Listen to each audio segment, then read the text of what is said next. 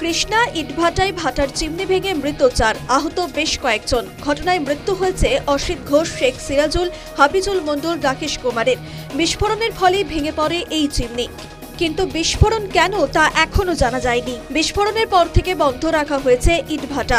বুধবার বন্ধুর ইটভাটায় গিয়ে মৃত্যু হয় সোলাদানা গ্রামের বাসিন্দা অসিত ঘোষের। পরিবারের একমাত্র রোজগারের মৃত্যুতে শোকের ছায়া ছড়িয়েছে পরিবারে। ভাটা ফায়ারিং হয়, সবাই ছেলে বয়স্ক লোকেরা এরা সব দেখতে যায় যে কী করে ফায়ারিংটা দেয়। এবারে ঝোকাই মিস্ত্রিরা ওর খোলে ঢুকে পেট্রোল মেরে এরকম পেট্রোলটা মেরে সব সাজিয়ে রেখেছে। এবার ভাটার কোম্পানিটা আসলে ফায়ারিং দেবে।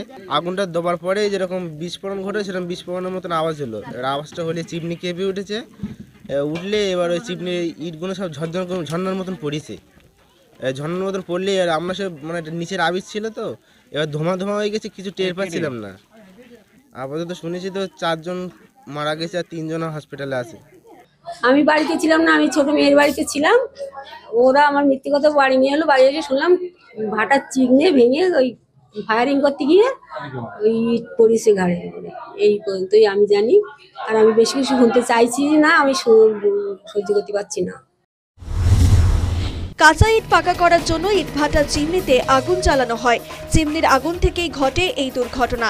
ভেঙে পড়ে ইটভাটার চিমনি। ঘটনাস্থল পরিদর্শনে আসে বসিরহাট থানার পুলিশ এবং বসিরহাট দক্ষিণ বিধানসভার বিধায়ক সপ্তর্ষি ব্যানার্জি। ঠিক কী কারণে এই বিস্ফোরণ তা খতিয়ে দেখছে পুলিশ। News time.